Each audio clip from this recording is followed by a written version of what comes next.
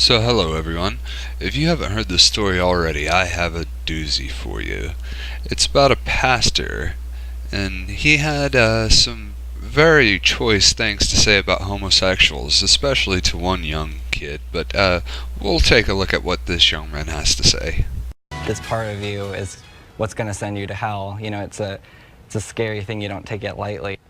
How would you react if someone you were looking to for spiritual guidance condemned you for the very thing that was troubling you? That young man says what a pastor told him about homosexuality made him consider suicide. Now this is just horrible. A gay kid goes for advice to a person he thinks he can trust, and the man that he believes talks to God, suggests suicide because he's a homosexual. Man, what a piece of shit.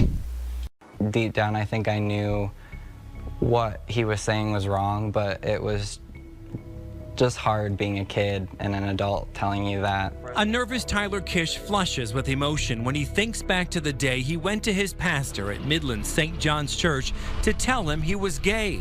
Tyler says his pastor, Matthew Makala, told him the sin of being gay is no different than the sin of committing suicide. If he was going to go to hell for being gay, then he might as well go to hell by committing. So in this pastor's eyes, he viewed it as if you killed yourself was the same as being gay, because you're ultimately gonna roast in hell forever. He told this young man this. This is very heartbreaking, very sad to hear, and what a scumbag.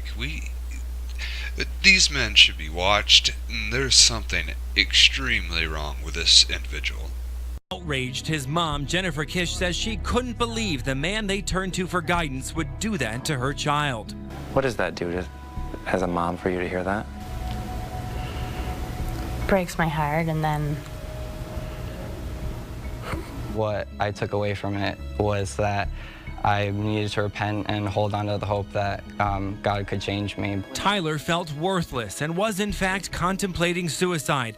Jennifer was so angry she confronted Pastor Makala. he wasn't understanding, and it was a right or wrong thing for him, and he really didn't care how it affected Tyler. So are you ready for it? It's coming. It's coming. Oh, it's gonna be good. You know it is. You know it is. And now Pastor Makala has set off a firestorm of alleged hypocrisy on the internet. Pictures surfacing of a shirtless Makala obtained by the website Queerty. They claim to be from a conversation on the gay app Grindr of Makala soliciting sex with another man. The website. Now this is just wonderful, isn't it? This just pure hypocrisy at its best. So, in my last video I said Catholic priests are a lot of the times homosexuals, and this just goes to show that another case that proves my point exactly.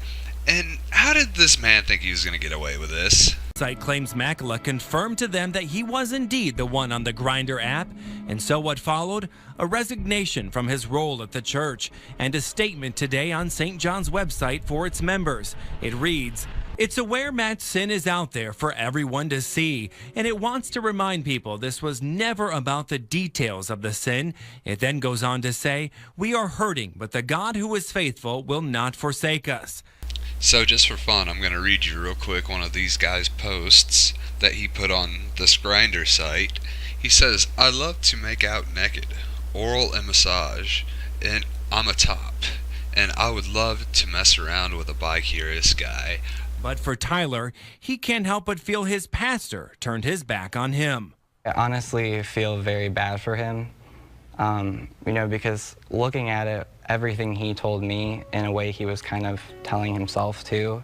And I think that he was really kind of self-destructing, it seems like, and hurting people around him. So I wonder why this pastor didn't just take this gay kid and take him in the confessional and have his way with him. I mean, shit, the kid's pretty attractive. I mean, if I was a gay guy, I'd fuck him. Shit.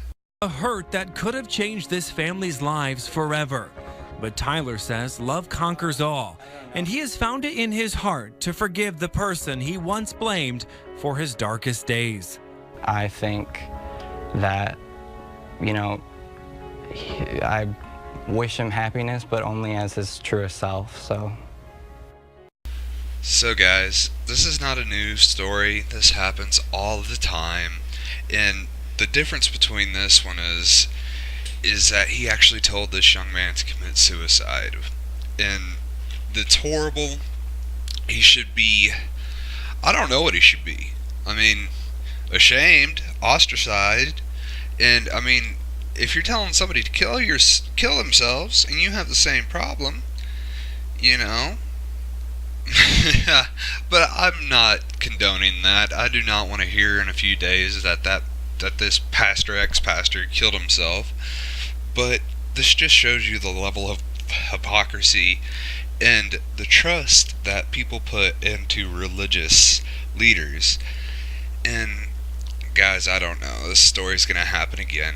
It's going to happen again. An outspoken pastor will turn out to be gay. Another Ted Haggard story. So, as always, guys, thanks for watching the video. And there will be more to come. I appreciate it a lot. You guys have a good day. And remember, it is okay to be gay.